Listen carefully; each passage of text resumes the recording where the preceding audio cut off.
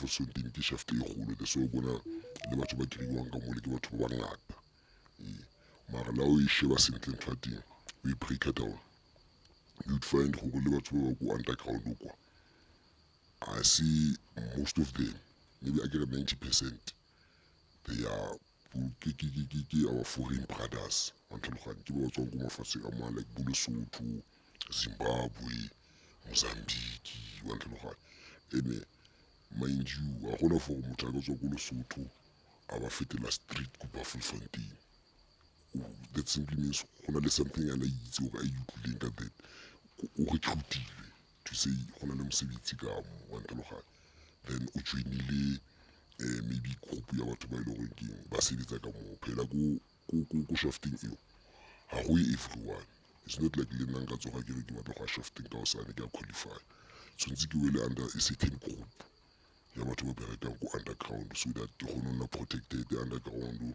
ke kgone ke ga metsi ko underground ke kgone ke ga dijo ko underground ke kgone go ba sharp wa tlhaloganya so ga o kgone go ya ko underground without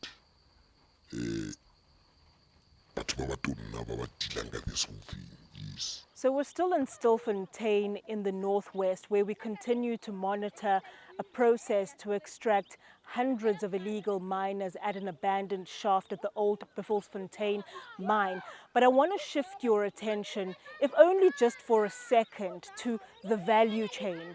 A lot of people will tell you in this area here in Stilfontein that the illegal miners that are being hunted down by police are really the small fish. There's a bigger picture that we need to focus our attention to, that value chain. They're able to operate there for years and years simply because there's a demand. And of course, if there's a demand, the business will continue to thrive. And so from what we've gathered in terms of the value chain, there are three groups underground who keep this operation alive. A group of Basotho nationals, a group of Mozambican nationals, and a group of Zimbabwean nationals. And then, of course, in terms of the South African illegal miners, they're thought to be independent and don't fall within any of these three categories. Now, what we understand with these three groups in terms of their nationalities, the Basotho are the high-ranking ones, and they're essentially the suppliers of both the equipment that's used down in the shaft. They're responsible for the ammunition.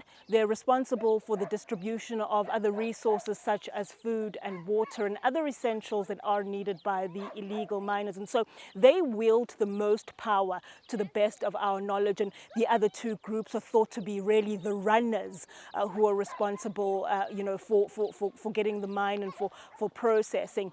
It's then distributed to three leaders, and differently so. Again, there's a Sotho national who operates, we're told, within this area where we are right now. There are at least two refinery sites, I suppose we could call them makeshift refinery sites, where this happened, where the refinery of the gold is done.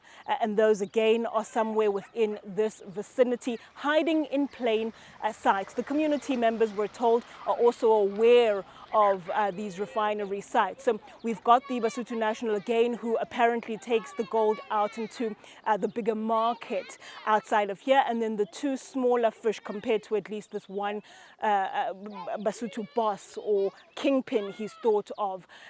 They are then responsible for the smaller ounces of the gold and don't make as much money. So we caught up with one of the residents in this area of Kuma, who's familiar with how exactly all of this changes hands from the Stilfontein, the shaft in Stilfontein, all the way through the value chain and out to the market, really.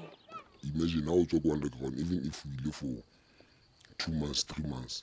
But how to go underground, like go resurface or so in front of the police, without any gold on you.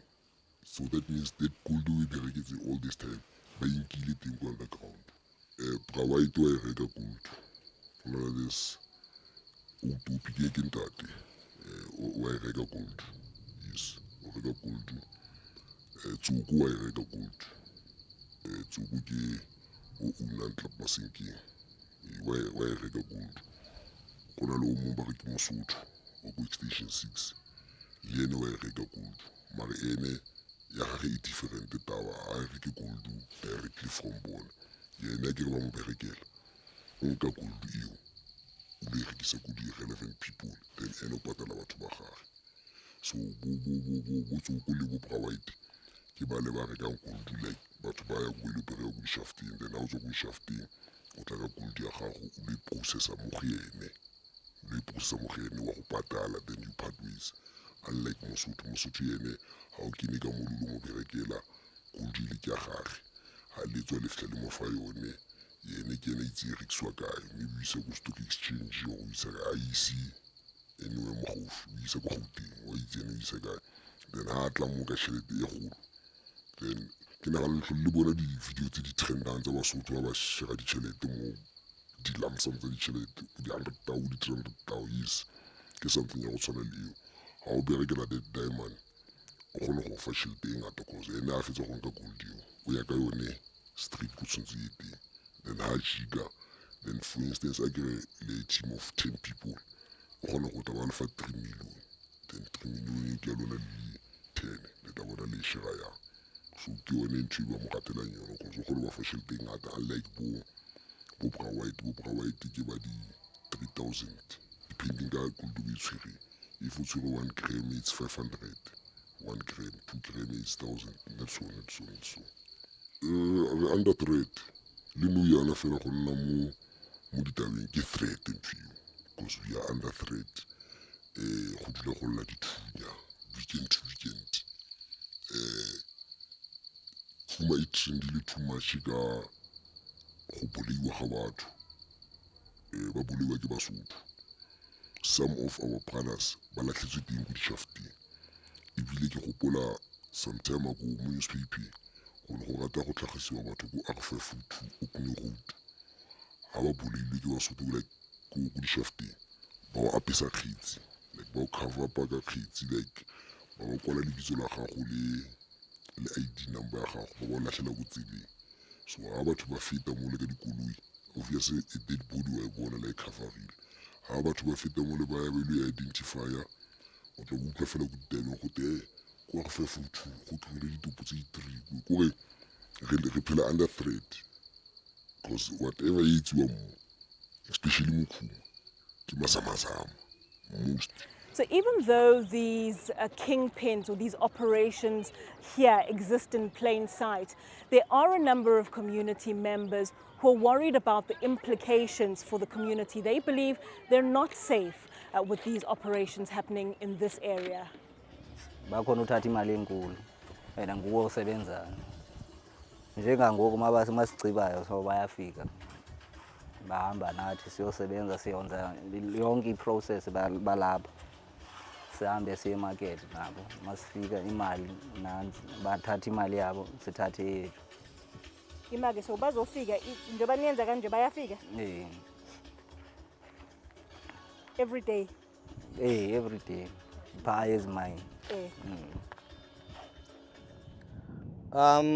We cannot attribute all the crimes that are being committed either in Stilfontein, Kanana, Kuma to illegal miners. But we must also admit that yes, they also contribute actually towards the crime that is being committed in the area. You'll remember that we also have or they have among themselves gangs. Like for example, in Lesotho, you have Matama, you have Materene. So they are also fighting for a turf. And unfortunately, as they do that, some members of the community become victims. But over and above that, you'll find that some of them, when they don't get anything, they go to our communities, then they start to terrorize them. They commit the house robberies, they commit the housebreaking. And unfortunately, at some points, there will also be cases like murder. But like I said earlier, in as much as we have cases that we can say that these ones do okay as a result of illegal mining, but we cannot at the same time attribute all the crimes that are being committed here to illegal mining. In terms of the extraction process at the mine, we still are a long way to go before the technical work is done, or at least the actual extraction of these illegal miners occurs. It may still well be a number of days before we see that process out, but there are still frustrated community leaders even closer to the shaft that have raised some concerns about this plan and how it's been executed so far. You are talking about people manually using a rope to pull somebody 2 kilometers underground. Now, just imagine what that means, right? You are talking about a group of about 20 or so people. Many of them are here, literally pulling over an hour of rigorous, back-breaking labor just to get one person to the surface. These community members working tirelessly from the morning to the evening. In the best scenario, they could pull out about 4 people per day. We volunteer to go and resurface those people with a rope. Yet, you as a government, you said to us, we must stop that process. You will come with experts that will do things, because ours, it was very risky and dangerous. We don't have time for meetings, Mr. Minister. What we want to see people being saved only. Let me tell you something, Mr. Minister. Because the issue of illegal immigrants is not our responsibility. We are civilians here. It's your responsibility with the Department of South African National Defence Force. It was their responsibility to make it a point that those people, they don't get in the country illegally. Nobukhanya Mdambo, Eyewitness News in Stilfontein, Northwest.